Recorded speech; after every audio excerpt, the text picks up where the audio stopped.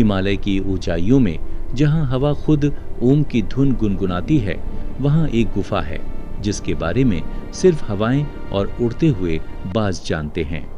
ये अमरनाथ की वो प्रसिद्ध गुफा नहीं है, ये उससे भी छुपी हुई है, एक झरने के पर्दे के पीछे।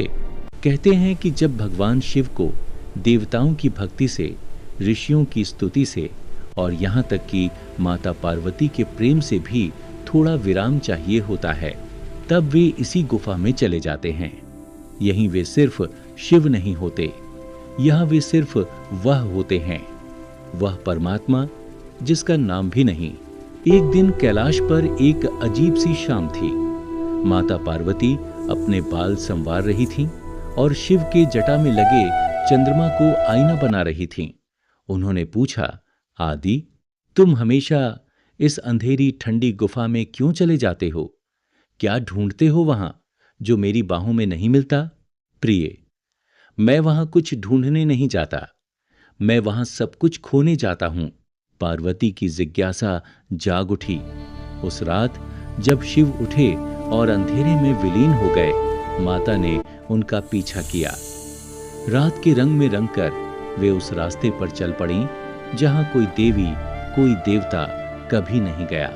पहले शिव ने नंदी को एक दर्रे पर रोक दिया, फिर एक झील के किनारे उन्होंने अपने जटा से चंद्रमा निकाला और झील की गोद में रख दिया।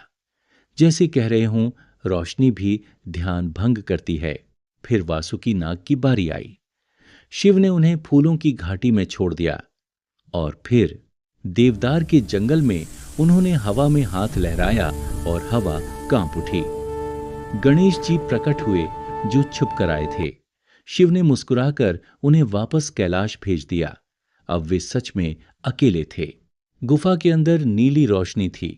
शिव ध्यान में बैठे थे। जैसे ही पार्वती ने गुफा में कदम रखा, तापमान गिर गया। अंधेरे से एक भयानक आकृति निकली, काल अग्नि, मृत्यु की वह आग जो संपूर्ण ब्रह्मांड को भस्म कर सकती है।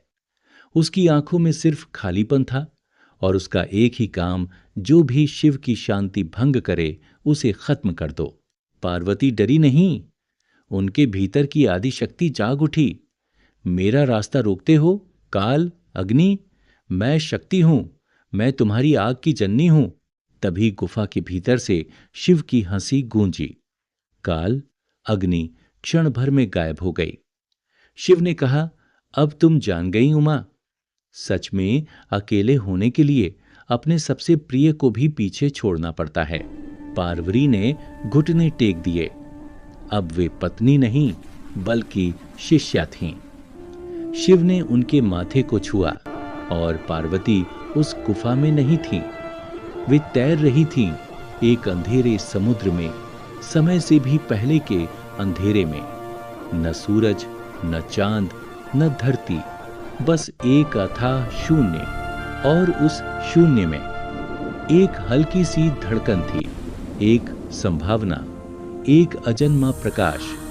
शिव की आवाज गूंजी, ये है अमर कथा पार्वती, ये जीने की कहानी नहीं है, ये है उस साक्षी की कहानी जो सृष्टि को देखता है, उसका पालन करता है, उसे खत्म करता है, फिर भी खुद अछूता रहता है। जब ये दृश्य समाप्त हुआ, पार्वती रो रही थीं, दुख से नहीं, इस अद्भुत सत्य के सौंदर्य से। तो ये है तुम्हारा रहस्य, तुम सबसे बड़े योगी हो, क्योंकि तुम जानते हो कि ये सारा संसार सिर्फ एक लीला है और तुम ही वो हो जो इस लीला में कभी नहीं फंसते। ये है महादेव का वह रहस्य जो उस गुफा की दीवारों में बसा है और शायद आपके भीतर भी।